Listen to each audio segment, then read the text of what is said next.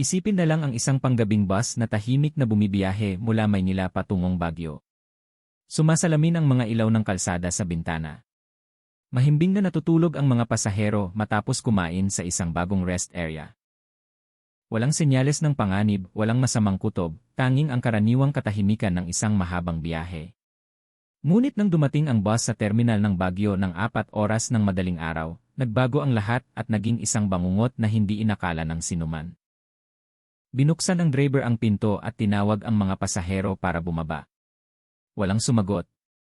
Binuksan niya ang ilaw ng kabin at doon, tila huminto ang mundo. 59 na pasahero ang nakaupo ng tuwid sa kani-kanilang upuan. Tahimik ang kanilang mga mukha na tila natutulog.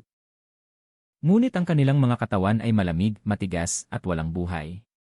Walang sigaw, walang bakas ng sugat, walang senyales na sila'y lumaban. Paano nangyari na lahat ng pasahero ay sabay-sabay na namatay ng walang ingay? Ano ba talaga ang nangyari sa loob ng bus matapos silang kumain? Bakit wala ni isa sa kanila ang nakahingi ng tulong? At ang pinaka-nakakatakot, kung sila'y namatay ng ganoon kabilis at katahimik, ano ang pumatay sa kanila? Ang tanging saksi ay ang bus mismo at ang sagot ay mas nakakatakot kaysa sa iniisip ng sinuman. Magandang araw sa lahat! Bago tayo magsimula, huwag kalimutan pindutin ang like at subscribe at panoorin ang video hanggang matapos. Huwag kalimutang magkomento ng inyong mga panalangin. Sana sa pamamagitan ng mga panalangin na yon, bigyan tayo ng Diyos ng biyaya at lahat tayo ay makamit ang pamamagitan ng propeta sa araw ng paghuhukom. Ang bukang liwayway na yon ay dapat na naging tahimik na oras kung saan ang terminal ng Baguio ay tanging napupuno ng tunog ng pagwawalis, amoy ng bagong timplang kape, at mabagal na hakbang ng mga tindera na bagong bukas ang kanilang mga pwesto. Ngunit ang umaga na yon ay naging pinakamadilim na bahagi sa kasaysayan ng terminal na yon. Isang panggabing bus na bumibiyahe mula Maynila patungong Baguio ay dahan-dahang pumasok sa parking area. Ang katawan nito ay tila pagod na parang may pinapasan na hindi nakikita. Binaba ng driver ang bintana, huminga ng malalim, iniisip na ang mahabang biyahe ay magtatapos ng mapayapa. Hindi niya inakala na sa susunod na segundo, magbabago ang buhay niya magpakailanman. Huminto ang gulong ng bus, namatay ang makina. Saglit na katahimikan ang bumalot, tanging ang tunog ng aircon ang bahagyang maririnig. Bumaba ang driver at konduktor habang nagbibiruan. Hindi nila alam na may isang bagay na hindi kapanipaniwala ang naghihintay sa kanila sa likod ng pintong sarado pa. Kumatok sila sa pinto ng bus ng 2 beses tulad ng dati, tinawag ang mga pasahero na maghanda para bumaba. Walang tugon. Hindi naman nakakapagtaka, naisip nila. Malamang mahimbing na natutulog ang mga pasahero matapos ang mahabang biyahe.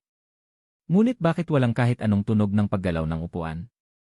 Walang hakbang, walang bulong, walang senyales na sila'y nagising. Bakit ganito katahimik? Binuksan ng konduktor ang pinto ng bus nang may kaunting tawa, ngunit ang tawa niya ay naputol nang lumabas ang malamig na hangin mula sa loob ng bus. Isang lamig na hindi normal, isang lamig na nagpatibok ng kanyang ulo. Malabo ang ilaw sa loob ng bus, nag-iwan ng mahabang anino ng mga pasahero na tila natutulog. Nagbiro ang konduktor, gising, narito na tayo sa Baguio. Ngunit ang mga salitang iyon ay nawala nang makita niya ang mukha ng unang pasahero sa harap na upuan. Nakapikit ang mga mata, bahagyang nakabukas ang bibig, nakasandal ang ulo sa bintana. Normal na tila natutulog ngunit ang balat niya ay masyadong maputla, ang labi niya ay masyadong asul at ang katawan niya ay masyadong tahimik. Pumasok ang driver sa bus. Huminto ang kanyang hakbang nang mapansin ang isang kakaibang bagay. Walang ni isa sa mga pasahero ang gumagalaw. Walang ni isang katawan ang nagpapakita ng senyales ng buhay. Lahat ay nakapirmi sa posisyon na tila natutulog. Lahat ay tahimik na parang estatwa. Lahat ay ganoon katahimik. Tila sabay-sabay na kinuha ang kanilang hininga. Dinampot ng driver ang balikat ng pasahero at marahan itong inuga. Matigas ang katawan, malamig. Masyadong malamig para sa isang buhay na tao. Paano nangyari na ang katawan ng isang tao na kumain lamang ilang oras na ang nakalipas ay naging malamig na parang bato? Ano ang nangyari sa loob ng bus na ito habang sila'y natutulog? Ang sigaw ng konduktor ang bumali sa katahimikan. Ang sigaw niya ay hindi tulad ng isang nabigla, kundi sigaw ng isang taong nakakita ng isang bagay na hindi matatanggap ng lohika. Manong, sila lahat, hindi na natuloy ng konduktor ang kanyang mga salita. Tumingin ang driver sa paligid at ang pakiramdam ng pagduduwal ay bumalot sa kanyang lalamunan.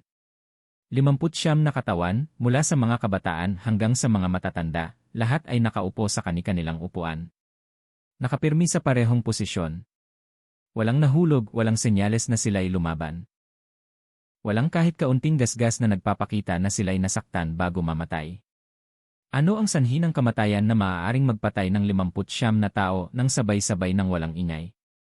Ang terminal na tahimik sa simula ay naging dagat ng takot.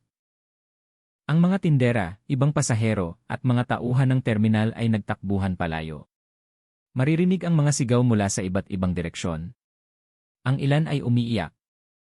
Ang iba ay tinatakpan ang kanilang mga bibig dahil hindi nila kayang titigan ang mga katawan na tila mga buhay na manika na nawalan ng kaluluwa. Umupo ang driver sa hagdanan ng bus. Nanginginig ang kanyang katawan.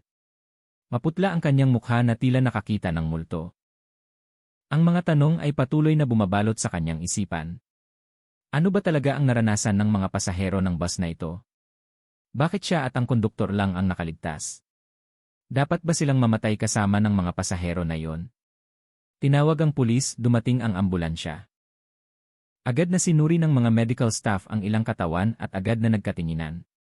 Tila hindi makapaniwala sa kanilang nararamdaman sa pamamagitan ng kanilang mga latex gloves. Malamig sila na parang ilang oras ng patay, sabi ng isa sa mga staff. Ngunit paano nangyari? Bagong dating lang ang bus na ito. Walang hirap ang biyahe. Walang pagsabog, walang kakaibang amoy, walang anumang sintomas na maaaring magbigay babala. Bakit napakahiwaga ng lahat?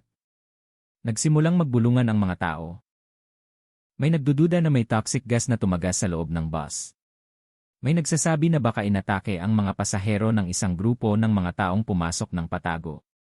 Ngunit, huminto ang mga bulungan na iyon nang ipahayag ng pulis ang isang bagay. Walang senyales ng karahasan, walang gas, walang sugat. Namatay ang mga pasahero sa posisyon na tila natutulog at iyon ang nagpadagdag sa takot. Plinano ba ang kamatayan na ito? Mayroon ba silang kinain o sila'y biktima ng isang bagay na mas madilim kaysa sa lason o pag-atake? Bakit silang lahat ay namatay ng sabay-sabay nang walang ni isa ang nakalabas o nakahingi ng tulong? Sino ang nasa likod ng pangyayaring nagpatotoo sa terminal ng Baguio sa pinakamalaking trahedya sa kasaysayan nito? Ang mga tanong na iyon ay tila maitim na ulap na nakabitin sa loob ng bus na bumabalot sa dibdib ng sinumang makakita nito. At ang araw na iyon ay naging simula ng isang misteryo na hindi lamang nakakatakot, kundi nagdala din ng terorismo na mas malaki kaysa sa inakala ng sinuman sa terminal na iyon. Dahil ang kamatayan ng 59 na pasahero ay ang unang pinto lamang patungo sa mas malalim na kadiliman. Bawat segundo ay lumipas, ngunit hindi nabawasan ang takot sa terminal. Lalo pang dumami ang mga taong lumapit, lalo ring dumami ang mga sigaw ng takot na sumasalamin sa mga dingding ng terminal. Ang bus na dati ordinaryong sasakyan ay naging lumalakad na libingan. Nagtanong ang isang tao na may nanginginig na boses, totoo ba na lahat ng pasahero ay patay? Ngunit walang sumagot. Marahil dahil takot ang lahat na ang sagot ay totoo nga. Sinubukan ng ilang tauhan ng terminal na paalisin ang mga tao, ngunit sila mismo ay halos hindi makatayo ng tuwid. Paano sila magiging matigas kung ang tanawin sa harap nila ay sunod-sunod na mga katawan na namatay ng ganoon katahimik? Kung ang mga patay ay karaniwang mukhang naghihirap, bakit ang mga pasahero ng bus na ito ay mukhang nangangarap? Alam ba nila na mamamatay sila? May naramdaman ba sila bago huminto ang kanilang huling hininga? Samantala, sinimulan ng pulisya ang paglalagay ng dilaw na tape sa paligid ng bus. Binuksan nila ang bintana, sinusubukang humanap ng mga senyales ng kemikal na sangkap o nakalalasong hangin, ngunit walang amoy. Walang amoy ng gas, walang likidong natapon, walang kahina-hinalang mansa. Malinis ang bus, masyadong malinis. Tila ang kamatayan ay nangyari ng tahimik ng walang iniwang bakas. Ito ba ay nagkataon lamang o bahagi ng isang mas nakakatakot na plano? Nakaupo pa rin ang driver ng nanghihina, maputla ang mukha sa gilid ng bus. Blanko ang kanyang mga mata. Tila nakatingin sa isang madilim na espasyo na siya lang ang nakakakita. Nakatulog sila ng napakabilis, bulong niya. Agad na nagtanong ang pulis na nakarinig sa kanya, ano ang kinain nila bago matulog? Ang tanong na iyon ay nagpalunok sa driver. Biglang bumalik sa kanyang isip ang mga alaala, ang bagong rest area, ang libreng pagkain, ang mga pasahero na labis na nasasabik, at siya na nakatulog sa bus kasama ang konduktor dahil sa sobrang pagod. Kung ang pagkain ang sanhi, bakit siya at ang konduktor ay nakaligtas? Dapat ba silang mamatay din? O mayroong kakaiba sa rest area na iyon bukod sa pagkain? Ang mga tanong na iyon ay bumalot sa kanyang isipan na parang bagyo. Habang patuloy na humihingi ng impormasyon ang pulisya, lalong naging magulo ang mga tao. Mayroong nagre-record gamit ang kanilang telepono, mayroong umiiyak, mayroong sinusubukang tumakas mula sa lugar na tila kung manatili sila, mamamatay din sila. Sinimulan ng mga medical staff ang paglilipat ng mga katawan ng mga pasahero. Ngunit nang hawakan nila ang kamay ng isa sa mga biktima, ang katawan ay napakatigas at napakalamig, mas malamig kaysa sa dapat para sa isang tao na ilang oras pa lang namatay. Ano ba talaga ang nangyari sa biyaheng iyon? Bakit wala ni isa ang nakaramdam ng panganib? Bakit walang sinumang sumubok lumabas ng bus? Hindi ba sila binigyan ng pagkakataong lumaban? Nang isa-isang ibaba ng mga medical staff ang mga katawan mula sa bus, ang ilang pasahero sa terminal ay nagsimulang magsisigawan. Mayroong tumakbo habang tinatakpan ang mukha.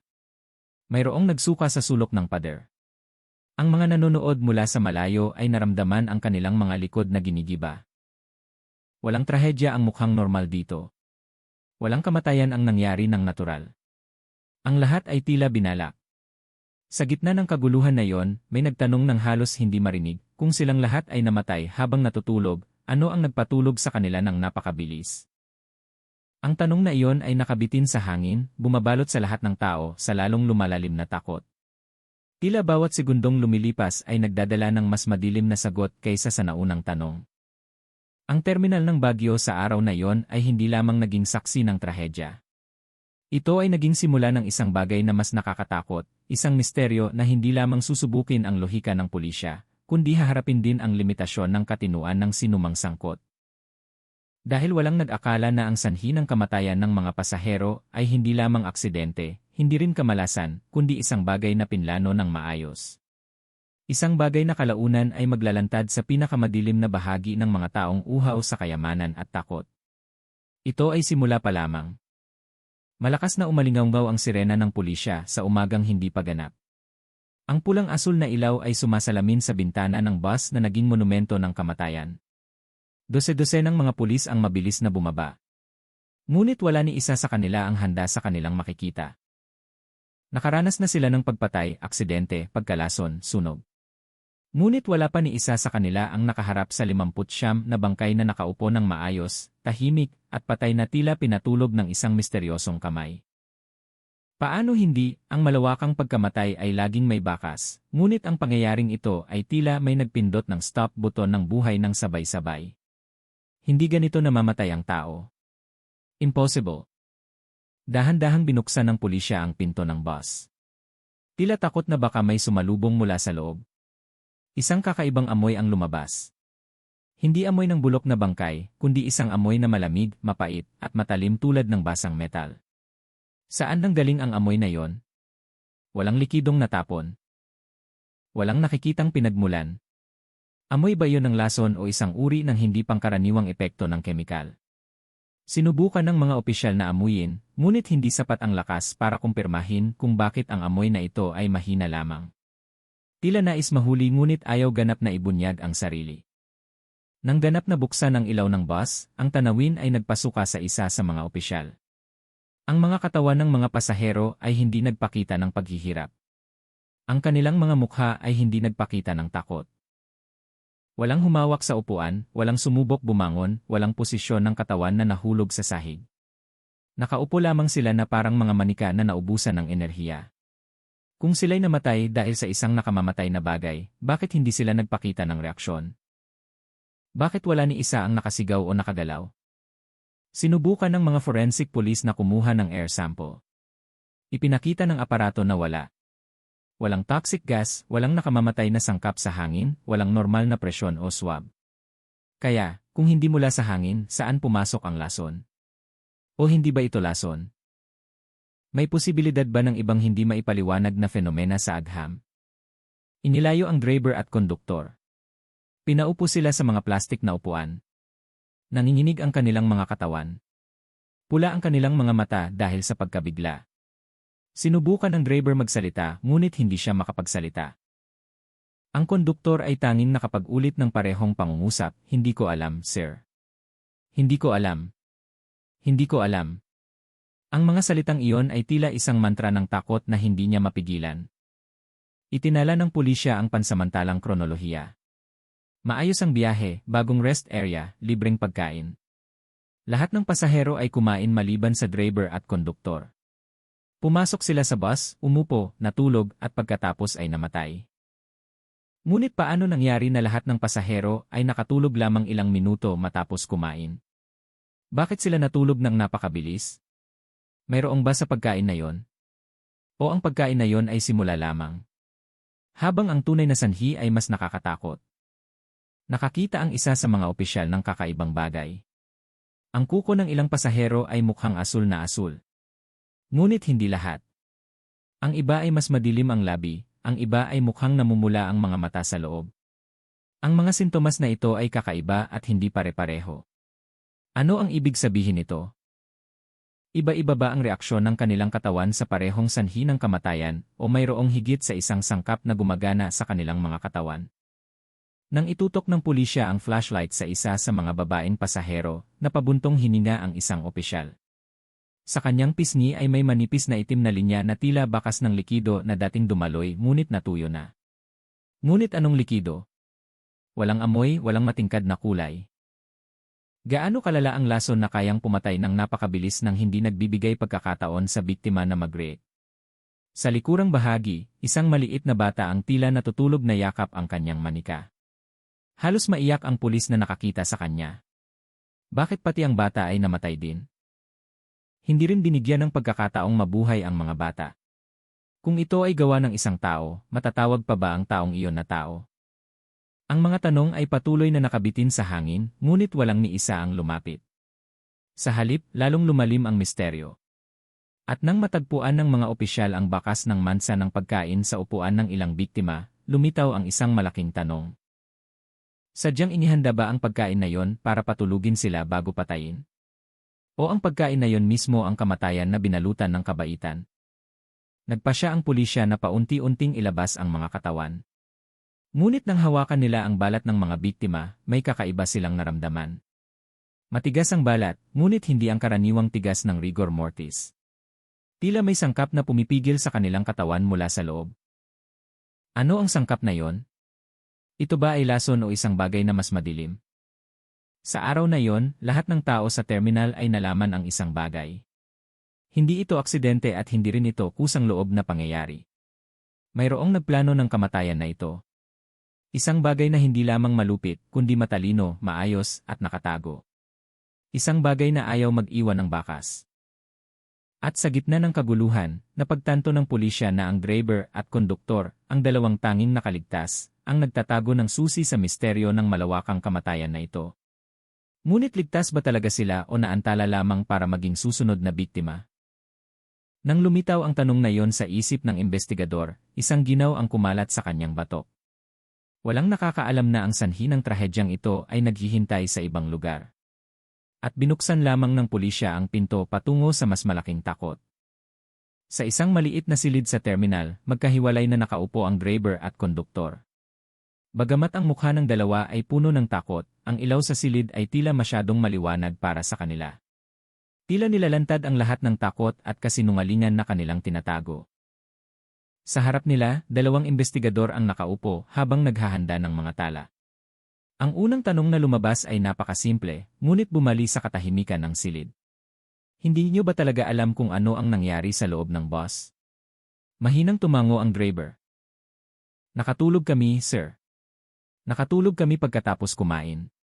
Pagkatapos kumain ng mga pasahero. Hindi kami kumain. Natulog lang kami sa bus. Bakit hindi kayo sumama kumain? Ang tanong na iyon ay nagpalunok sa konduktor. Pinisil niya ang kanyang pantalon gamit ang nanginginig na kamay.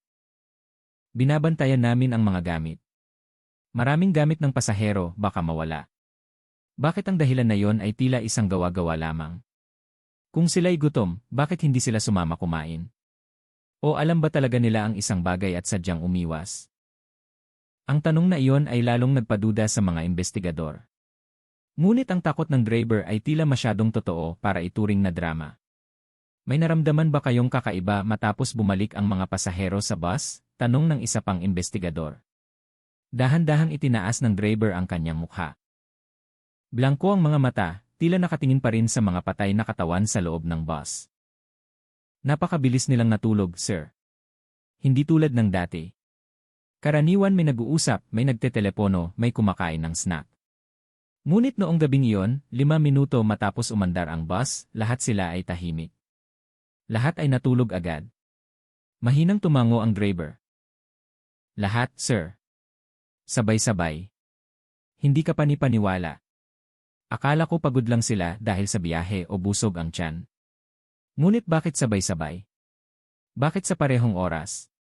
Ang tanong na iyon ay nakabitin sa hangin, nagpatinginan ang mga investigador.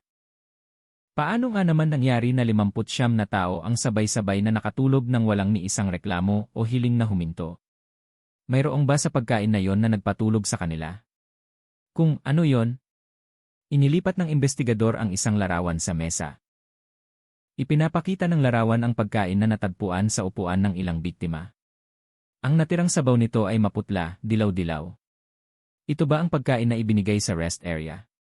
Tinitigan ng konduktor ang larawan. Muling nanginginig ang kanyang katawan. Lahat ng pasahero ay kumain yan. Libre ang pagkain. Masaya sila dahil bagong bukas ang rest area na yon.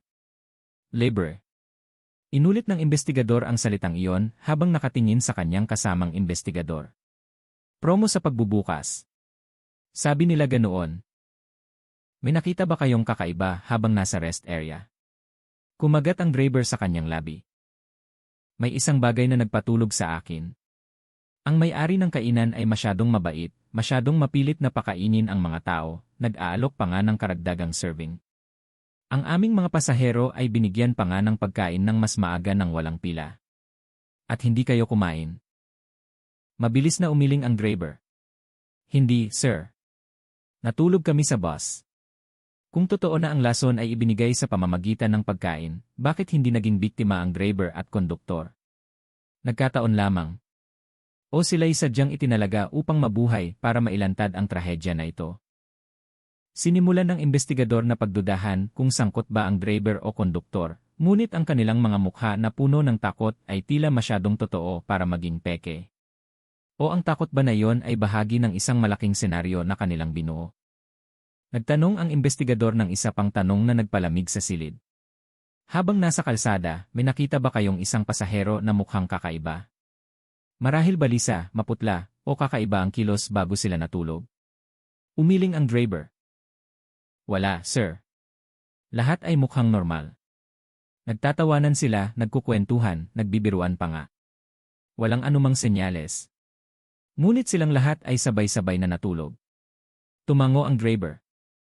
Parang sabay-sabay na pinatay ang ilaw. Ang mga salitang iyon ay nagpatayo ng balahibo sa investigador.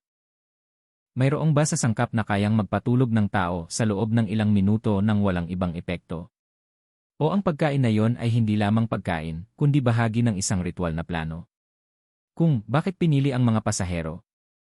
Bakit 59 na tao? Bakit ang bus na iyon? Gaano kalaki ang galit o kasakiman ng isang tao upang kunin ang napakaraming buhay? Biglang nagsalita ang konduktor ng mahina. Sir, pakiramdam ko may nagmamasid sa amin sa rest area na iyon. Parang may mata na nakatingin sa amin mula sa kusina.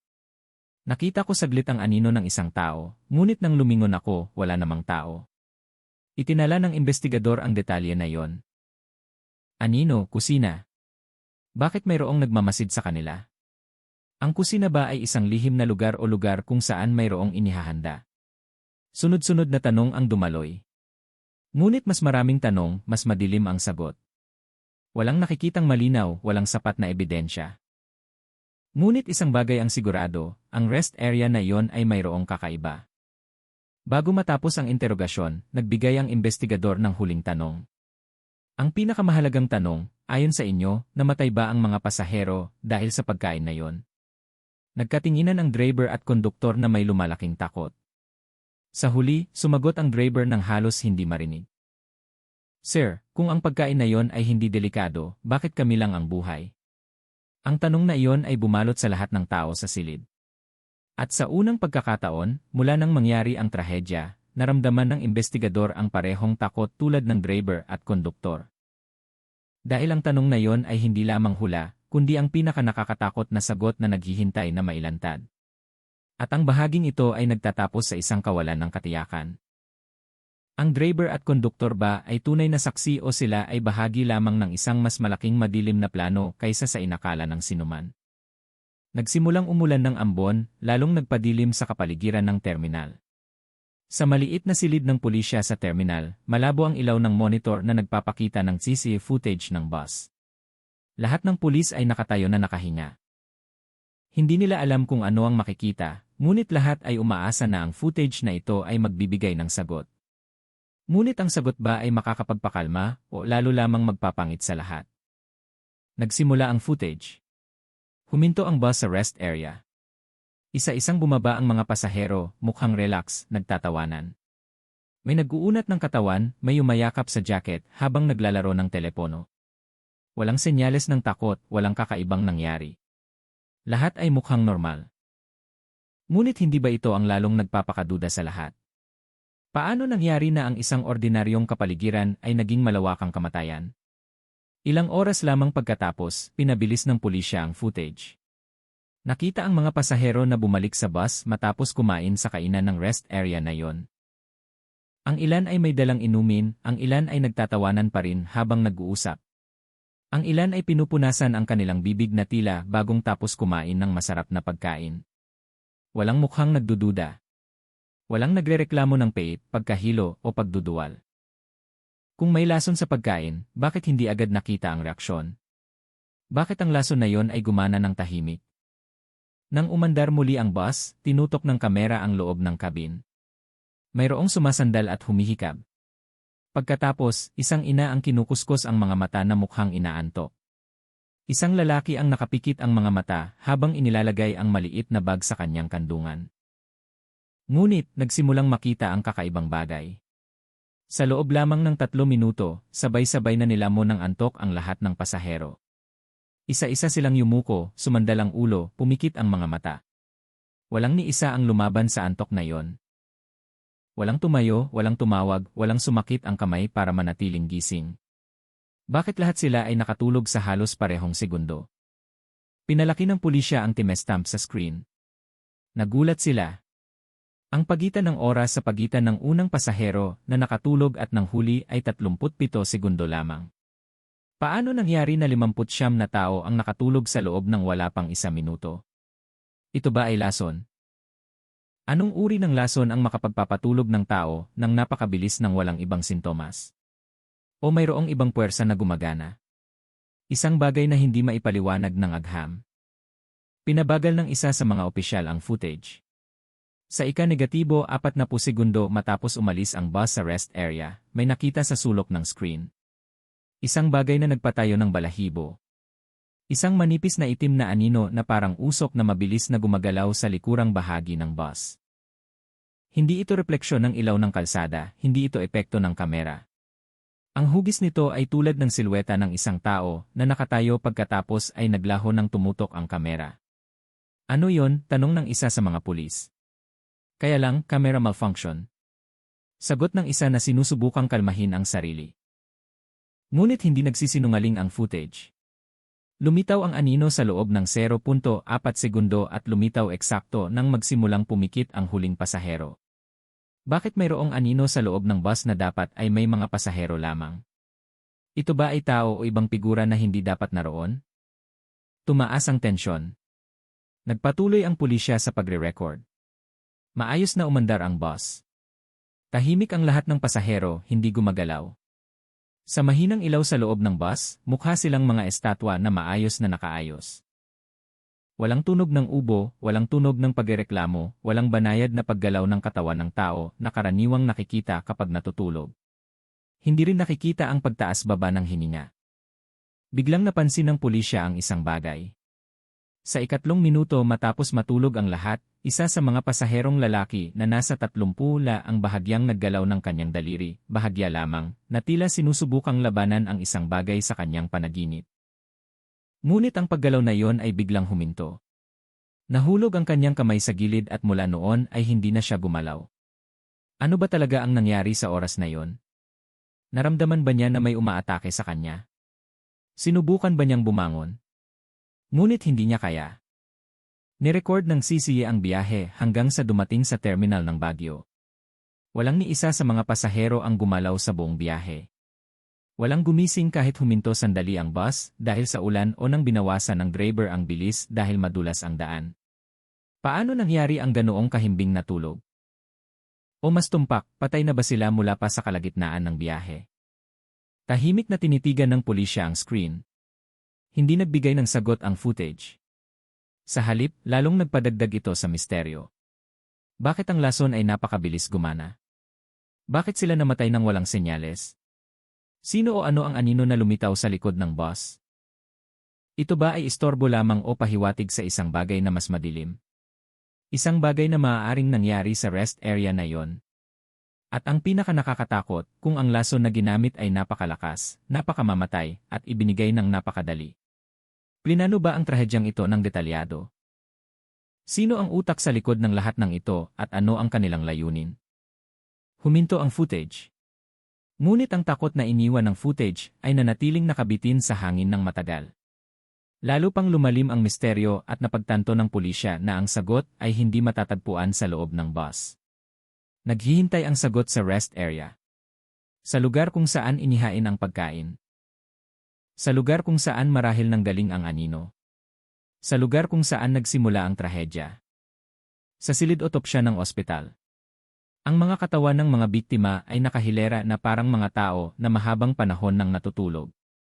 Malamig ang temperatura ng silid, maliwanag ang puting ilaw, at ang amoy ng antiseptiko na hinaluan ng amoy ng metal ay bumabalot sa hangin. Ang mga forensic doctor na humahawak sa kaso ay nakatayo sa gitna ng silid na may seryosong mukha. Nakakita na sila ng maraming bangkay, ngunit wala pa ring tulad nito. Paano nangyari na ang balat ay mukha pang normal, ngunit ang mga panloob na organo ay nagpapakita ng senyales ng napakabilis na kamatayan? Binuksan ng doktor ang paunang ulat. Walang senyales ng karahasan, walang pasa, walang pagdurugo, walang panlabas na sugat. Ang lahat ng katawan ay tila huminto sa paggana sa parehong oras. Ano ang maaaring magpahinto sa sistema ng katawan ng tao nang sabay-sabay ng walang panlabas na reaksyon? Anong lason ang kayang gumana ng ganoon kabilis? Sinimulan ng doktor ang autopsy ng unang biktima. Nang buksan nila ang dibdib, isang matalim na amoy ang lumabas, isang kakaibang amoy. Hindi amoy ng bulok, kundi isang napakalakas na amoy ng kemikal. Napakalakas kaya tinakpan ng isa sa mga assistant ang kanyang ilong. Saan nagmula ang amoy na ito? Ito ba ay mula sa lason o mula sa reaksyon ng kemikal ng katawan matapos ang kamatayan? Ipinakita ng paunang pagsusuri ang isang nakakagulat na bagay. Nagbago ang kulay ng dugo ng mga biktima, mas madilim kaysa sa karaniwan. Tulad ng tinta na hinaluan ng metal. Ang puso ay tila biglang huminto nang walang senyales ng pagtatrabaho ng husto bago mamatay. Hindi ganap na umumbok ang baga na tila nakapirmi. Ang mga bato ay nagpakita ng malawakang pinsala sa loob ng maikling panahon. Ngunit, ang pinaka-nakakagulat na bahagi ay ang tiyan. Bawat tiyan ng biktima ay naglalaman ng mataas na densidad na likido na may kulay asul. Napakarami nito. Tila ang pagkain ay hindi natunaw, nanatili lamang sa anyo ng puro na lason. Anong lason ang kayang magbago ng tiyan sa ganitong paraan? At bakit napakarami nito sa bawat katawan? Sadyang ginawa ba ang lason na iyon sa nakamamatay na dosis? Nakahanap ang doktor ng maliliit na kristal sa loob ng likido sa tiyan.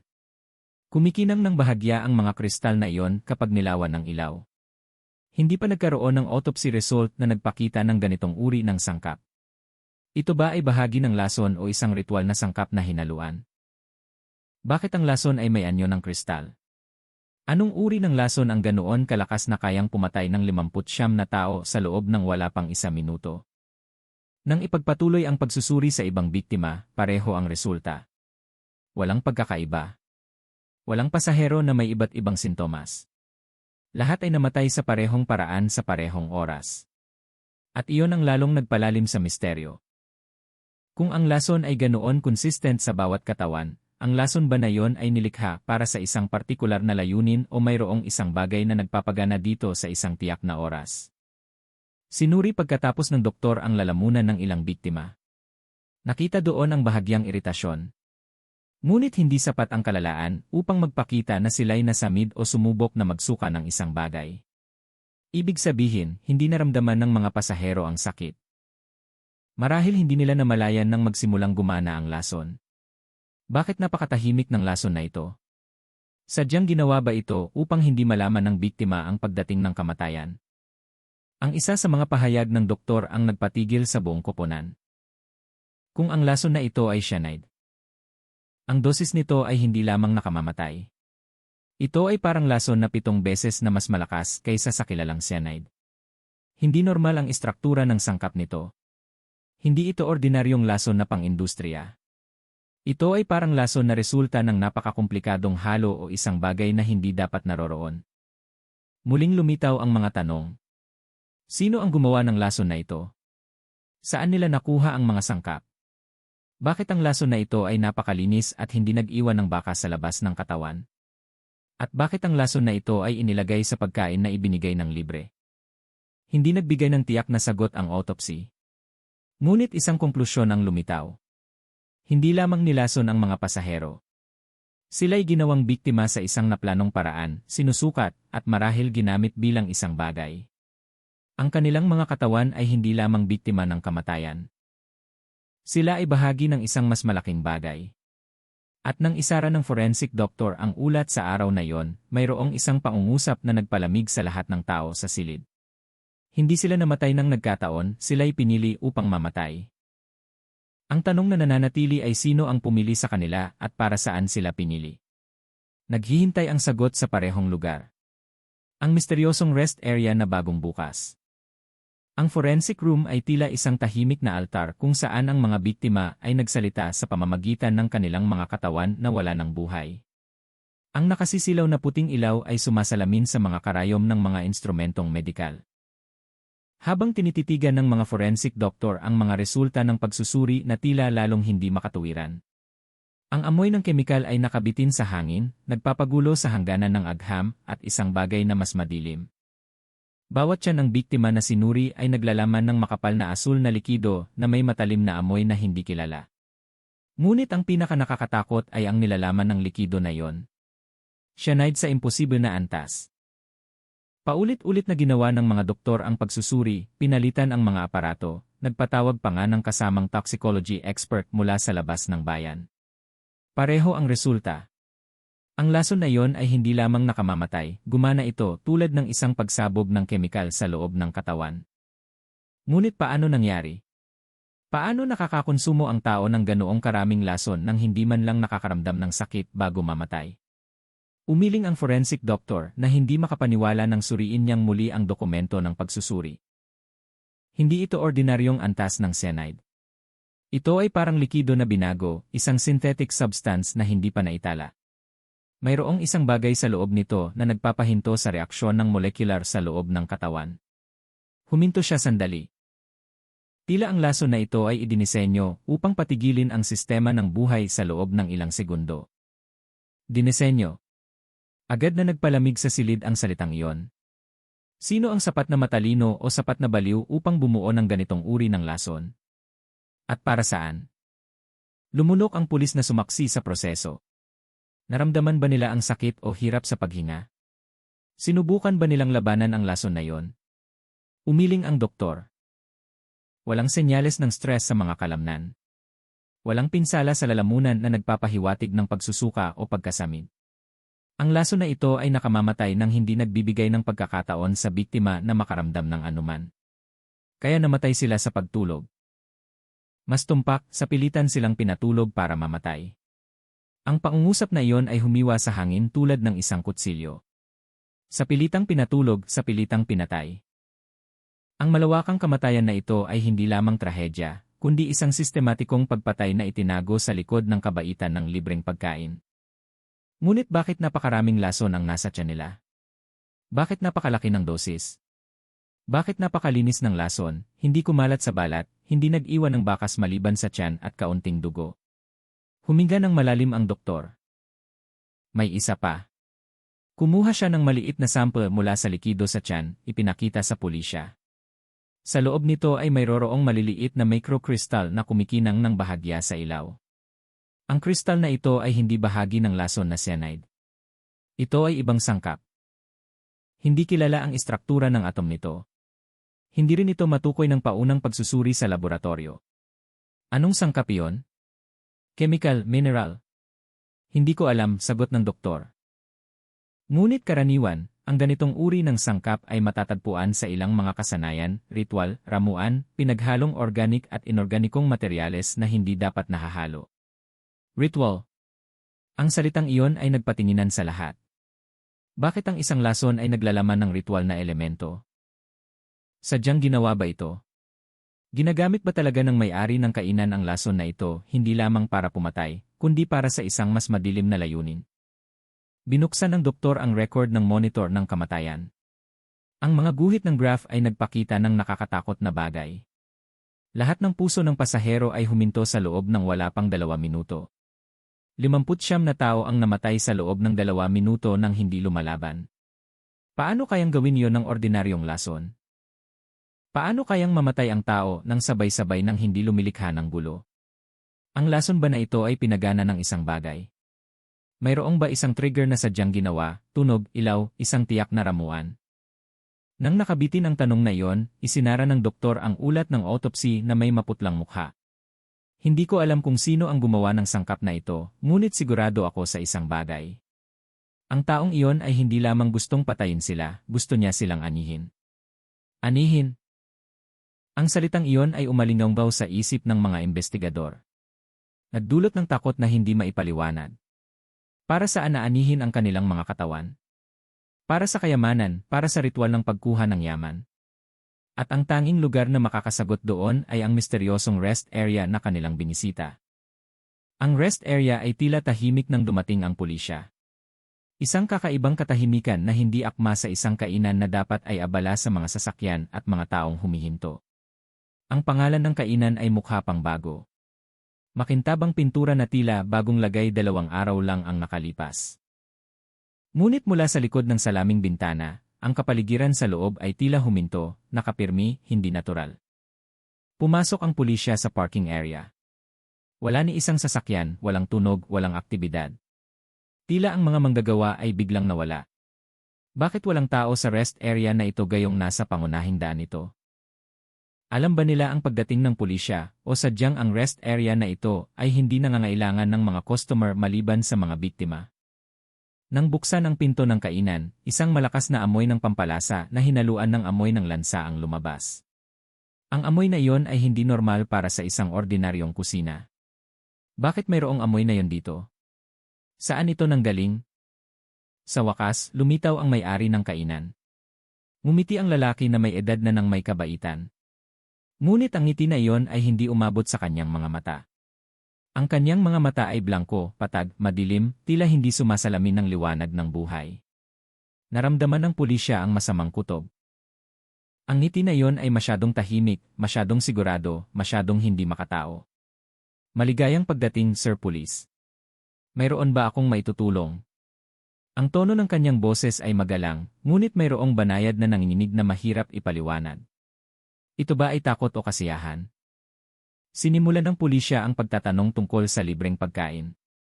Maayos na sumagot ang may-ari, bagong bukas lang kami kaya nagbigay kami ng libreng pagkain para makaakit ng mga customer. Mali ba yon? Hindi mali. Ngunit ang isang bagay sa likod ng salitang libre ay tila isang bitad. Bakit libre ang pagkain noong gabing iyon lamang? Bakit ang bus na iyon lang ang binigyan ng pagkain ng mas maaga? Bakit napakarami ng serving? Nang magtanong ang pulisya, sino ang nagluto ng pagkain na iyon? Sumagot ang may-ari, ako mismo ang naghanda niyan. Resipe ng pamilya. Muli, ang sagot niya ay mukhang masyadong maayos, masyadong handa. Napag-isipan na ba niya ang sagot na ito dati? Pinansin ng pulisya ang kamay ng may-ari ng kainan. Mayroong itim na mansa sa dulo ng kanyang mga daliri. Hindi tira ng pampalasa, hindi uling, kundi bakas ng isang bagay na kahawig. Likidong kemikal o tinta ng ritual. Bakit mayroong mansa na yon? Nang suriin ng pulisya ang kusina, lalo pang dumami ang mga kakaibang bagay na natagpuan. Isang malaking kawali na may natirang asul-berdeng likido, matalim na amoy na tumutusok sa ilong, mga bote ng pampalasa na walang label, ang ilan ay naglalaman ng maitim na pulbos.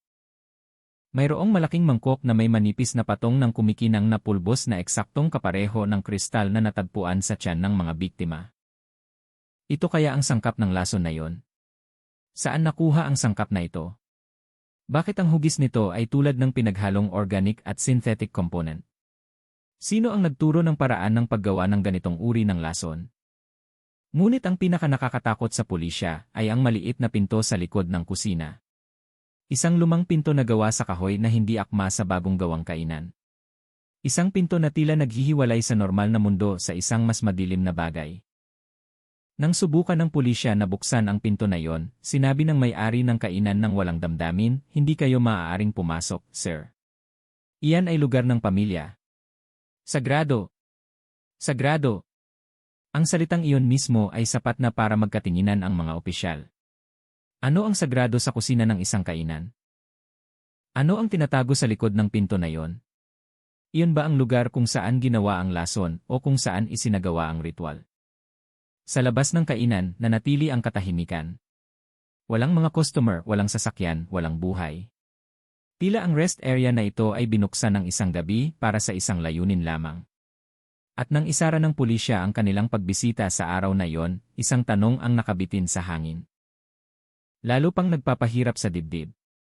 Kung ang rest area na ito ay hindi kainan, ano ba talaga ang lugar na ito? At higit sa lahat, gaano nakatagal naghihintay ang rest area na ito sa pagdating ng 59 na buhay? Lalo pang lumakas ang ulan nang bumalik ang pulisya sa rest area upang kumuha ng mga pahayag mula sa mga manggagawa. Ngunit ang kapaligiran ng lugar ay mas nakakatakot kaysa dati. Ang malabong mga ilaw na nakasabit ay tila mga kandila na halos patay na at ang matalim na amoy mula sa kusina ay dahan-dahang gumapang sa buong silid na tila babala na may isang bagay dito na ayaw guluhin. Ilang empleyado ng kainan ang nakaupo sa mga plastik na upuan. Maputla ang kanilang mga mukha, pula ang mga mata, malinaw na hindi natulog magdamag. Isa-isa silang tinitigan ng pulisya. May takot sa kanilang mga titig. Takot na hindi lamang dahil sa pulisya, kundi dahil sa isang bagay na kanilang nakita o narinig. Subukan niyong ikwento kung ano ba talaga ang nangyari noong gabing iyon, hiling ng isa sa mga investigador. Lumunok ang unang empleyado. Nanginginig ang kanyang mga kamay. Inihatid ko lang ang pagkain sa mesa. Walang kakaiba sa simula. Ngunit huminto siya, tumingin sa pinto ng kusina. Tila takot na may lilitaw mula doon. Ang may-ari ng kainan. Siya mismo ang nagluto noong gabing iyon. Walang pinayagang pumasok sa kusina. Bakit? Tanong ng pulisya. Dahil sabi niya, gumagawa siya ng espesyal na menu para sa swerte sa pagbubukas. Swerte. Ang salitang iyon ay tila matalim. Swerte para kanino? Sa kainan ba o sa kanya mismo? At kung ang lason ay bahagi ng menu na iyon, paano ito matatawag na swerte? Hiniling ng pulisya na magsalita ang isa pang empleyado. Isang babae ang takot na takot hanggang sa umagos ang luha nang hindi niya namamalayan. Narinig ko ang isang bagay mula sa likod ng kusina. May tunog na tila may nagbabasa ng mantra. Mahina, mabilis ang boses na parang wika na hindi ko maintindihan. Tapos, lumabas ang kakaibang amoy na mas malakas kaysa sa amoy ng mga pampalasa sa kusina. Mantra mula sa kusina. Bakit ang isang may-ari ng kainan ay nagbabasa ng mantra habang nagluluto? Bahagi ba yon ng ritual? Ginagawa ba niya ang lason habang tumatawag sa isang bagay o nagpapalugod sa isang bagay? Nagkatinginan ang pulisya. Mas mabilis ang tibok ng kanilang mga puso. Lalo pang pinatibay ng testimonya na iyon ang hinala na ang trahedyang ito ay hindi lamang pagkalason sa pagkain. Ang ikatlong empleyado, isang binatang lalaki, ay biglang nagsalita ng mahina. Nakakita ako ng isang bagay, sir. Habang dumadaan ako malapit sa kusina, sumilip ako sa loob. Tinakpan niya ang kanyang mukha, nanginginig ang kanyang katawan. Nakita ko ang kamay ni Manong may-ari na tila hindi gumagalaw ng normal. Tila mayroong pangalawang anino na sumusunod sa kanyang mga galaw. Pangalawang anino. Pinakinggan ng mabuti ng pulisya. Sir. Parang may isa pang kamay pero itim, mahaba, at hindi tao. Lumamig ang silid. Ang mga salitang iyon ay nakabitin tulad ng makapal na ulap na lumamon sa katinuan. Naghahalusinate ba ang empleyado o mayroon talagang isang bagay na tumutulong sa may-ari na magluto ng pagkain na iyon? Kung mayroon talagang ibang kamay sa kusina, kamay ng sino iyon o kamay ng ano? Ipinagpatuloy ng pulisya ang interogasyon. Ngunit mas maraming tanong ang ibinibigay, mas maraming sagot ang lalong nagdadagdag sa misteryo. May lumabas ba sa kusina noong gabing iyon maliban sa may-ari? Tanong ng pulisya. Wala, sagot ng isang empleyado. Ngunit may tunog ng mabibigat na yabag na tila may naglalakad ng dahan-dahan sa likod ng kusina. Ngunit hindi namin nakita ang sinuman. Yabag sa kusina na nakakandado. Kung hindi tao, sino ang naglalakad doon?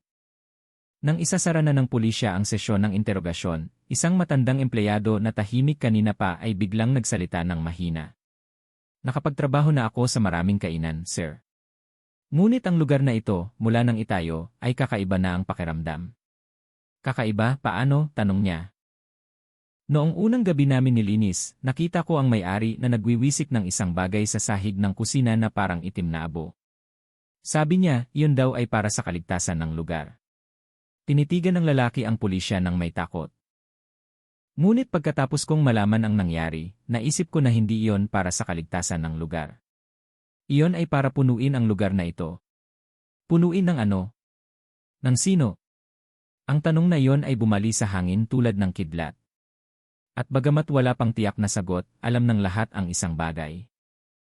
Ang rest area na ito ay hindi ordinaryong kainan. Mayroong naninirahan sa kusina na iyon. Mayroong tumatanggap ng sakripisyo. At ang 59 na buhay ang unang bayad.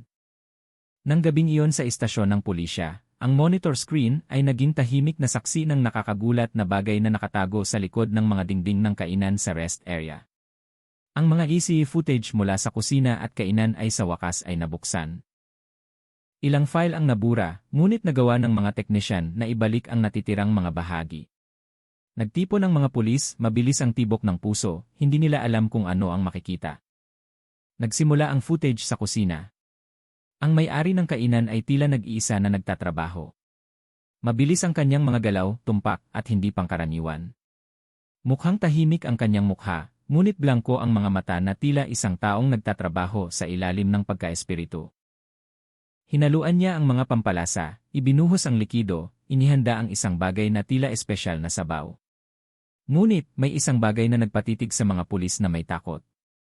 Ang kulay ng likido na iyon ay eksaktong kapareho ng likido sa tiyan ng mga biktima, asul-berde na kumikinang. Kakaiba ang paggalaw ng kamay ng may-ari. Hindi tulad ng isang taong nagluluto, tila humahaba ang kanyang mga daliri, masyadong nababaluktot ang kanyang mga kasukasuan. Tila hindi buto ng tao ang nasa loob nito.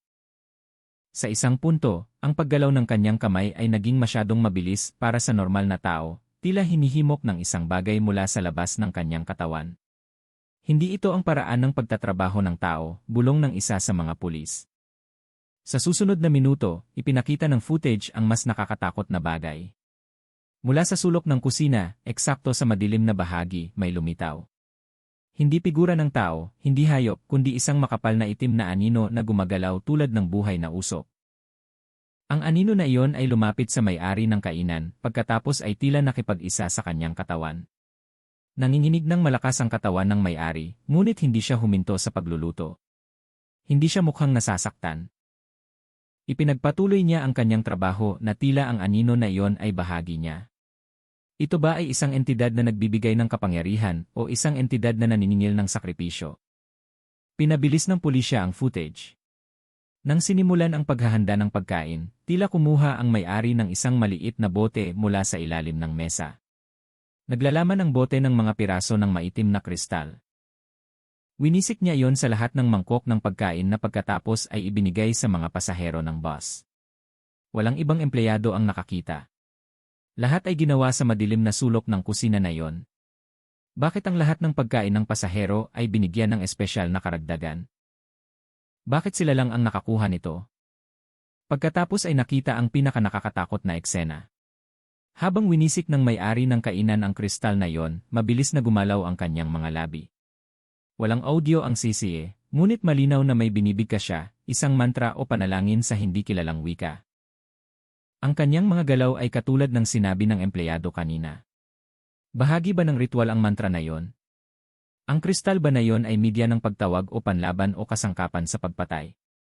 Pinalaki ng pulisya ang footage sa mukha ng may-ari habang binibigkas ang mantra. Ang kanyang mga mata ay umitim, hindi tulad ng malaking pupil, kundi tunay na itim, madilim ng walang puti ng mata.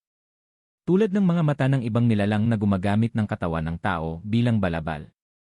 Diyos ko! Bulong ng isa sa mga investigador. Ngunit hindi pa tapos ang takot.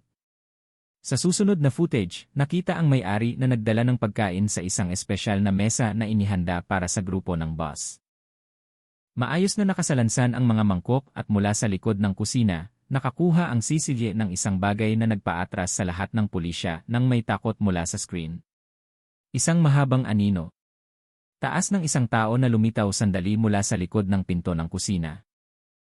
Hindi malinaw ang hugis nito, ngunit mayroong matatalim na dulo na parang sungay o sanga. Ang anino na iyon ay lumapit sa hanay ng pagkain na tila sinusuri o pinagpapala. Paano nakakakuha ang CCTV ng isang bagay na hindi dapat makita ng mata ng tao? Ano ba talaga ang naninirahan sa kainan na ito? Ang lason ba na ito ay paraan lamang? Habang ang buhay ng mga pasahero ang tunay na handog. Nang lumipat ang footage sa kainan, nakita ng pulisya ang mga pasahero na kumakain ng pagkain ng walang pagdududa. Nagtatawanan sila, nag-uusap, hindi nila alam na kinakain nila ang kanilang sariling kamatayan. Sa sulok ng silid, ang may-ari ay nagmamasid na may blangkong titig, ngunit bahagyang nakangiti ang kanyang mga labi. Isang ngiti ng kasiyahan, isang ngiti ng isang taong alam na sigurado ang resulta. Pinatigil ng pulisya ang footage. Walang sinuman ang nagsalita. Nagbago ang kapaligiran sa silid na yon at naging masikip, madilim, at puno ng takot. Dahil sa huli, nagbigay ang footage ng isang konklusyon na mas nakakatakot kaysa sa isang simpleng pinlanong pagpatay. Hindi lang ito lason, hindi lang ito paghihiganti, hindi lang ito malawakang pagpatay, ito ay isang ritual ng paghahandog. At ang 59 na buhay ang unang sakripisyo. Ang tanong ngayon, sino o ano ang tumanggap ng sakripisyo na yon? Ang langit sa gabi ay tila lumamon sa liwanag nang bumalik ang pulisya sa rest area na yon. Dumating sila na may mga sasakyang taktikal, espesyal na koponan, at kumpletong kagamitan. Sa pagkakataong ito, hindi para magtanong, kundi para ibunyag ang nakatago. Sapat na ang CCTV footage para ipakita na hindi ito ordinaryong krimen. Hindi lang ito pagpatay. Ito ay isang ritual. At ang ritual ay hindi kailanman nakatayo ng mag-isa. Laging mayroong sagradong lugar, ang sentro, ang lugar kung saan inilalabas ang kapangyarihan. Naniniwala ang pulisya na ang lugar na iyon ay nasa loob ng kainan na ito. Nang sa pilitang buksan ang pinto ng kainan, ang hangin sa loob ay naramdaman na mas malamig kaysa sa labas. Tila ang lugar na iyon ay nagtatago ng halimuyak ng kamatayan. Ang mga ilaw ay kusang namatay nang pumasok ang pulisya. Nagkataon lang ba iyon o isang senyales na may isang bagay sa silid na ito ang tumatanggi sa kanilang pagdating? Sinuyod ng kuponan ang kusina, kinunan ng litrato ang mga bakas ng pinaghalo, kinolekta ang mga kahina-hinalang bote. Ngunit, nakatuon ang kanilang pansin sa isang bagay, ang lumang pinto na gawa sa kahoy na dati ipinagbawal ng may-ari na buksan. Ang pinto na iyon ay tila hindi bahagi ng modernong gusali. Nagbalat ang pintura nito at ang malabong ukit sa ibabaw nito ay mukhang mga sinaunang simbolo. Buksan ang pinto. Sinipan ng pulisya ang pinto na iyon. Ngunit hindi isang maliit na kusina ang kanilang natagpuan, kundi isang hagdan ng bato na bumababa sa madilim na kadiliman. Isang amoy ng lansa na hinaluan ng asupre ang lumabas mula sa ilalim. Bakit mayroong basement ang isang kainan na tulad nito? Sino ang gumawa nito? Para saan? Ang mga flashlight ay dahan-dahang tumagos sa dilim. Ang hagdanan ay umikot tulad ng spiral. Tila dinadala ang sinumang bumaba hindi lamang sa basement, kundi sa isang lugar na hindi dapat naroroon. Sa kaliwa at kanang dingding ay may mga gasgas na tila sulat, ngunit hindi sulat ng tao. Ang mga simbolo na iyon ay baluktot, paikot, at mukhang buhay tulad ng mga gasgas ng kuko ng isang bagay na nais lumabas. Nang dumating ang koponan sa ilalim ng hagdanan, nagulat sila. Malawak ang silid, mas malawak kaysa sa laki ng gusali ng kainan sa itaas. Ang liwanag ng kanilang flashlight ay tumutok sa isang higanteng ritual na bilog sa sahig. Iguhit ito gamit ang maitim na sangkap na tila tuyong dugo. Sa paligid nito ay may mga handog, buto ng manok, piraso ng karne, mga bote ng asul-berdeng likido na kapareho ng likido sa tiyan ng mga biktima. Ngunit ang pinakanagpatigas sa pulisya ay ang malaking estatwa sa dulo ng silid. Hindi ito kahawig ng tao.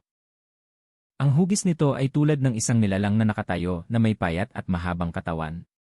Ang mga kamay ay nakaunat tulad ng ugat at ang ulo ay mayroong kurbadang sungay.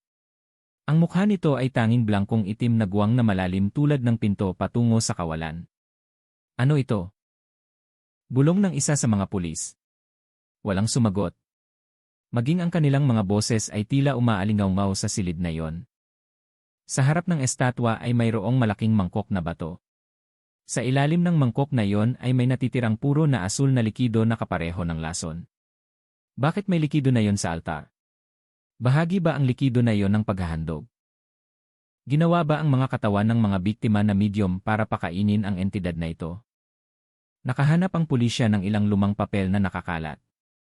Nang liwanagan, ang mga salita sa papel ay naglaman ng mga salita na nagpatindig ng kanilang balahibo. Unang sakripisyo, 59 na kaluluwa upang buksan ang daan. Ang susunod na sakripisyo ay dapat na mas malaki. Ang kayamanan ay nagmumula sa dugo na hindi nakakakilala sa lupain na ito. Bakit 59 na numero? Bakit kailangan pa nila ng mas marami?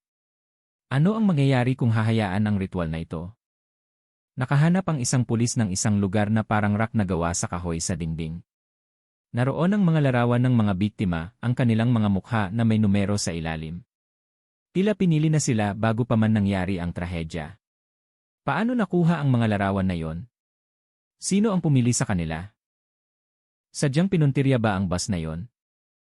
Nang suriin ng mas malalim ang silid, naramdaman ng pulisya na nagbago ang hangin, tila may isang bagay na gumagalaw hindi sa paligid nila, kundi sa loob mismo ng silid na yon.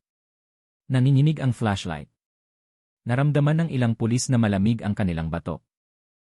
Ang silid na iyon ay hindi lamang lugar ng ritual. Aktibo ang silid na iyon, humihina, buhay. Tila ang anumang sinasamba ng may-ari ng kainan ay hindi pa ganap na nawawala. At nang umalis sila sa basement, isang tanong lamang ang bumabalot sa kanilang mga hakbang. Kung ito ay simula pa lamang, ano ang pinaplano para sa susunod na sakripisyo? Sa wakas, nahuli ang may-ari ng kainan. Dinala siya sa istasyon ng pulisya na may blangkong mukha. Tila ang lahat ng nangyari ay bahagi lamang ng isang gawain. Tulad ng isang taong tinanggap na ang kanyang mga kahihinatnan matagal na bago dumating ang araw na iyon. Ngunit sa likod ng kanyang katahimikan ay may isang bagay na nagpatindig ng balahibo sa sinumang tumingin sa kanya. Blangko ang mga mata, ngunit tila mayroong isang bagay na sumisilip mula sa likod nito. Sa silid ng interogasyon, tahimik na nakaupo ang may-ari. Nakatiklop ang mga kamay, hindi pawisan, hindi nanginginig, tahimik lang na naghihintay. Sinimulan ng investigador ang pag-uusap. Alam mo ba na ang iyong pagkain ay pumatay ng 59 na tao? Bahagya siyang ngumiti. Ang ngiti na iyon ay ngiti ng isang taong naramdaman na nanalo siya sa isang bagay. Tinupad ko lang ang kasunduan. Kanino ka nakipagkasundo? Itinaas ng may-ari ang kanyang ulo na parang isang taong nakikinig sa bulong mula sa walang laman na hangin. Hindi kanino kundi sa ano. Lumamig ang silid. Bakit 59 na tao? Tanong ng isa pang investigador. Mahina siyang tumawa. Iyon ang unang numero. Pagbubukas ng daan para sa kayamanan na ipinangako. Yumuko siya. Akala niyo ba, itinayo ang kainan na ito gamit ang pera ko? Hindi. Binigay niya ito sa isang kondisyon. Anong kondisyon? Sakripisyo ng tao. Hindi isa, hindi dalawa, kundi isang malaking grupo na hindi nakakakilala sa lugar na ito. Mga dayuhan sa paglalakbay, sila na hindi nakakabit sa lupain ito. Napahinga ng malalim ang investigador. Kaya, target ang mga pasahero ng bus. Siyempre, sagot niya ng kaswal. Ang mga panggabing bus ay laging humihinto dito. Nagbabago ang mga tao araw-araw, hindi mahirap pumili ng tamang grupo. Tinitigan siya ng investigador ng may pagkasuklam. At sadyang inilagay mo ang lason na yon. Mas lumaki ang ngiti ng may-ari ng kainan. Hindi iyon lason, iyon ay handog. Ang likido na iyon ay tulay, isang sangkap na nag-ugnay sa katawan ng tao sa mundo na naghihintay ng sakripisyo. Anong mundo? Ipinikit niya ang kanyang mga mata na tila may nararamdaman. Isang mundo na mas malaki kaysa sa inyong nauunawaan. Isang mundo kung saan ang kayamanan ay dumadaloy ng walang hanggan. Isang mundo kung saan ang mga nilalang ay nagbibigay ng pagpapala. Kung bibigyan natin sila ng tamang pagkain. Ginagawa mo ang tao bilang pagkain. Binuksan niya ang kanyang mga mata. Umitim ang kanyang mga pupil. Nagugutom siya. Halos tumayo ang isa sa mga investigador. Ano ba talaga ang iyong layunin? Tanong ng huling investigador. Ang may-ari ay bumulong lamang, ang kanyang boses ay tila dalawang boses na pinagsama. Hindi na ako nag-iisa at hindi pa siya busog. Matapos ang pangungusap na iyon, may nangyari na nagpatindig ng balahibo at nagpatakot sa lahat ng tao sa silid. Itinaas ng may-ari ng kainan ang kanyang ulo, ngumiti sa sulok ng walang laman na silid. Tila mayroong nakatayo doon o isang bagay. At sa mahinang boses ay sinabi niya, ang ikalawang sakripisyo ay malapit na. Ang tanong ngayon ay hindi na kung paano nangyari ang unang trahedya, kundi sino ang target ng susunod na sakripisyo. Kailan magsisimula ang ikalawang ritual? At nasa labas na ba ang entidad na iyon ngayon? Sa umagang iyon, ang opisina ng pulisya ay puno ng alingawngaw ng pag-aalala. Lahat ng natuklasan, ang CCTV footage, ang mga resulta ng autopsy, ang testimonya ng empleyado, hanggang sa nakakatakot na pag-amin ng may-ari ng kainan, ay isinaayos sa isang malaking file. Ang lahat ay tumuturo sa isang bagay. Ang mga pasahero ng bus ay hindi nagkataong biktima. Sila ay sadyang piniling sakripisyo. Ngunit paano ginawa ang pagpili na iyon? Paano napili ang mga biktima nang hindi nila namamalayan? Tinitigan ng investigador ang analysis board na puno ng mga larawan, nag-ugnay na linya at maliliit na tala. Sa gitna ng board na iyon ay nakasulat ng malaki, bakit ang bus na ito? Isang tanong na mukhang simple, ngunit ang sagot ay napakadilim. Pinuntahan ng pulisya ang bus company. Nakita nila ang nakakagulat na datos. Ang ruta ng panggabing bus mula Maynila patungong Baguio ay laging humihinto sa parehong rest area. Sa parehong oras, halos araw-araw. Pinadali ng pattern na ito para sa may-ari ng kainan na tukuyin ang eksaktong oras kung kailan darating ang kanyang target na sakripisyo. Ngunit, bakit lahat ng pasahero ay naging biktima? Bakit hindi lamang ilan? Bakit 59 na tao? Sinuri ng investigador ang notebook na natagpuan sa basement ng kainan. Sa pagitan ng mga sinaunang sulat na puno ng simbolo, may isang pahina na nagpatayo ng balahibo. Ang bilang ng unang sakripisyo ay dapat na balanse sa kapangyarihan na binubuksan. Kung mas maraming dayuhang kaluluwa ang ibibigay, mas malaki ang pintuan na magbubukas. 59 na kaluluwa para sa maliit na pagbubukas. Maliit na pagbubukas. Kung ang 59 na buhay ay itinuturing na maliit, gaano karami ang kailangan para sa malaking pagbubukas? Nagpaplano ba ang may-ari ng kainan na dagdagan ang bilang ng sakripisyo sa susunod na ritual? Ginagawa lang ba niya ang mga tagubilin o gusto niya ng mas malaking kapangyarihan? Sinuri pa ng pulisya ang footage ng oras ng libreng pagkain. Nakakita sila ng kahina-hinalang pattern. Ang libreng pagkain ay ibinibigay lamang sa malalaking grupo, hindi sa mga random na bisita, hindi sa maliliit na pamilya. Walang ebidensya na nagbigay ng libreng pagkain ang may-ari bago ang gabing iyon. Bakit isang beses lang ang promo? Bakit ganoon katumpak ang oras? Bakit ganoon ka-target? Ang sagot ay lalong naging malinaw. Hindi iyon promo, iyon ay bitad. Nang pagsamahin ng investigador ang lahat ng datos, napagpasyahan nila ang dahilan kung bakit nakaligtas ang driver at konduktor. Hindi nila kinain ang pagkain na iyon. Ibig sabihin, ang lason o ritual na ramuan na iyon ay inayon upang pumatay sa malaking bilang. Ngunit para lamang sa mga kumain nito. Walang side effects sa pamamagitan ng hangin o paghawak. Ang ramuan na iyon ay tila isang panloob na tawag. Sinuman ang kumain nito ay naging bahagi ng handog. Sinuman ang hindi kumain ay hindi itinuring. Gumagana ba talaga ang lason na ito sa mga target lamang? Pinili ba sila dahil hindi nila kilala ang lupain kung saan nakatayo ang kainan na yon? O mayroong ibang elemento, edad, biyahe, o kahit ang bilang ng enerhiya ng buhay na nakakaapekto sa ritual? Nang buwagin ng pulisya ang kusina at sinuri ang lahat ng sangkap ng pagkain, nakakita sila ng isang katotohanan na nagpatindig ng kanilang mga katawan. Ang mga pampalasa na ginamit para sa lason ay hindi ibinebenta sa anumang merkado. Ang maliliit na bote na natagpuan ay may label na sinaunang letra. Ang ilang bagay ay mukhang piraso ng itim na ugat, manipis na buto, at madilim na kristal na eksaktong kapareho ng natagpuan sa tiyan ng mga biktima. Ano ba talaga ang sangkap na yon? Saan ito nanggaling? Bakit ang hugis nito ay tulad ng sangkap mula sa labas ng mundo? Nakahanap ang investigador ng isa pang nakakatakot na tala. Ang lason ay hindi lamang pumatay sa katawan. Pinaghihiwalay ng lason ang kaluluwa mula sa katawan upang maibigay ng perpekto. Ibig sabihin, hindi lamang namatay ang mga biktima, ang kanilang mga kaluluwa ay inani din para kanino. Para saan? Mayroong malaking bilog na iginuhit sa ilalim ng sulat na yon. Ang parehong bilog na may ritual na bilog sa basement. Ibig sabihin, ang lason, ang ritual na bilog, at ang nakakatakot na estatwa ay konektado sa isang scheme. Anong scheme iyon? Anong ritual ang binubuo? At nag-iisa ba talaga ang may-ari ng kainan sa paggawa nito?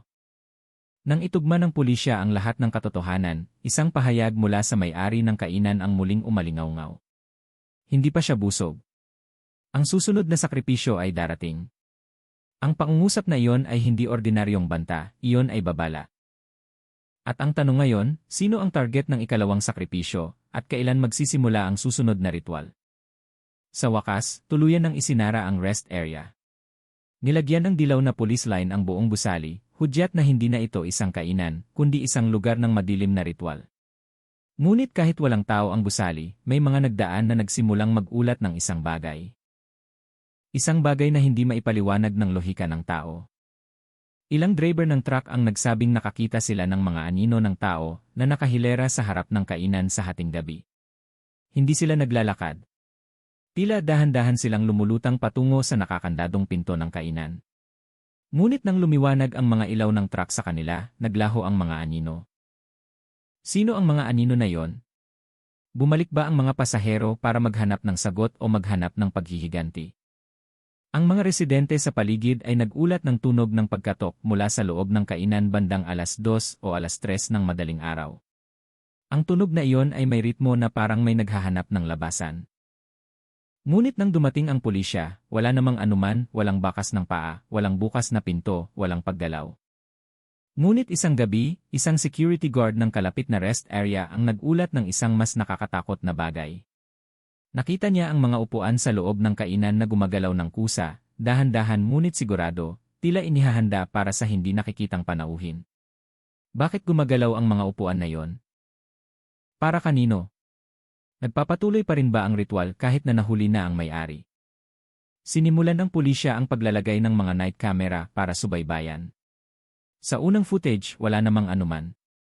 Ngunit sa ikalawang gabi, ang footage ay nagpakita ng isang bagay na nagpatigil sa buong koponan.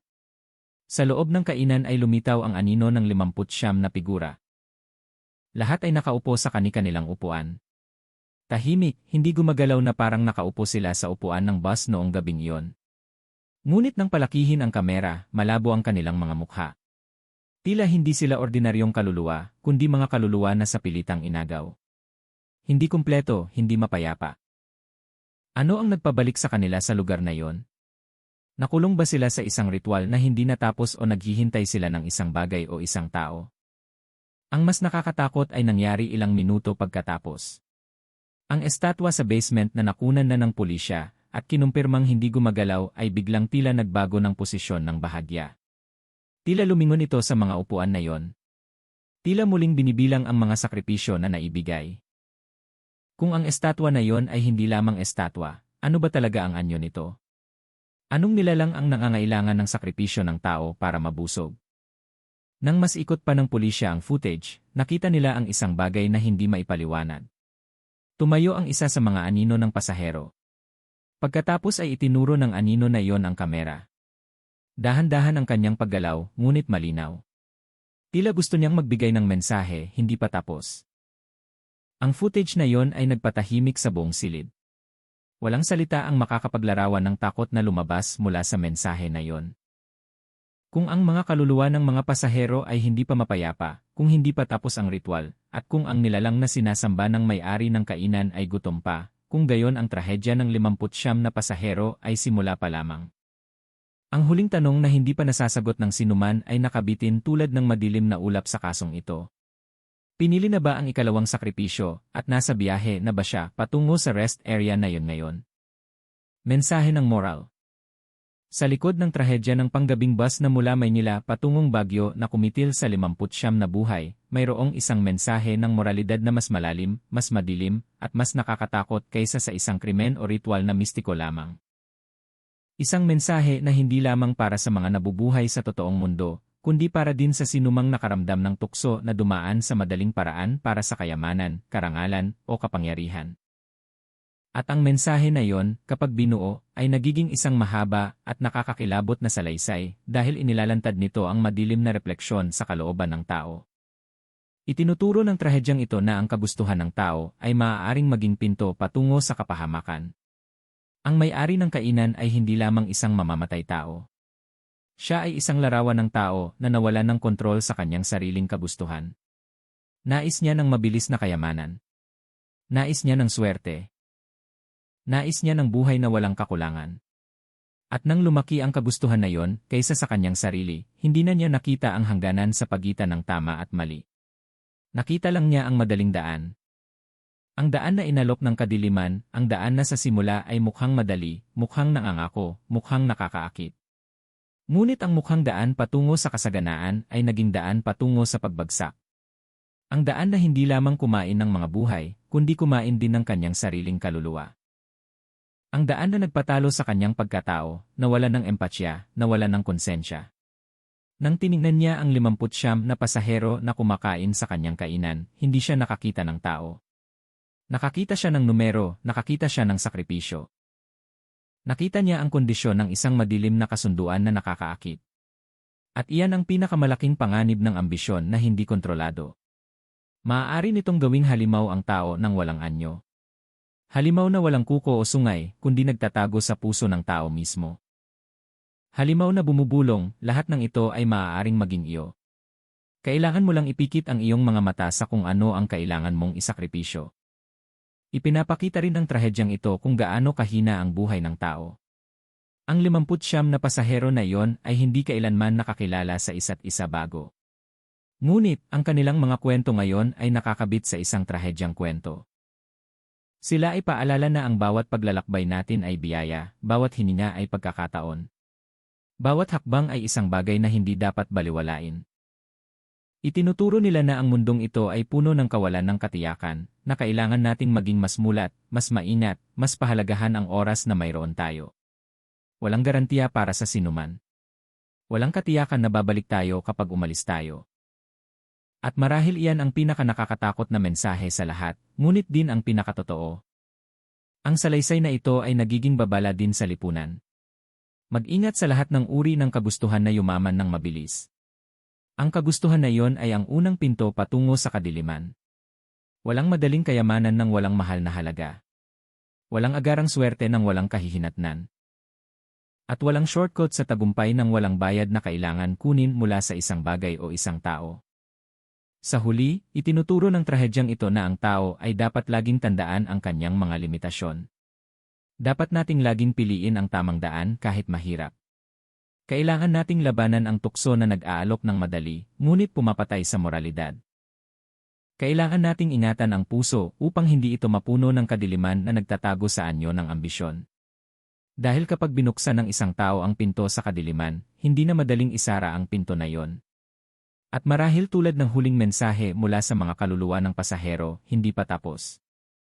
Hindi pa tapos para sa kanila, hindi pa tapos para sa kanilang pamilya, hindi pa tapos para sa mga taong nabubuhay pa, at hindi pa tapos para sa sinumang nangahas na hawakan ang madilim na mundo ng walang kagamitan. Ang mensahe ng moralidad na ito ay nag-udyok sa atin na manatiling mapagbantay, manatiling makatao, manatiling takot sa dapat katakutan. Dahil ang tamang mga takot ay ang tanging bagay na makakapigil sa tao upang hindi maging halimaw tulad ng may-ari ng kainan na iyon. At habang ang mundong ito ay puno pa rin ng mga taong sakim, marahil ang mga trahedya na tulad nito ay laging naghihintay sa mga liko ng buhay. Maraming salamat sa lahat ng nag-like at nag-subscribe. Naway gantimpalaan kayo ng Diyos ng perpektong kalusugan, mahabang buhay na puno ng biyaya, at saganang yaman ng walang tigil.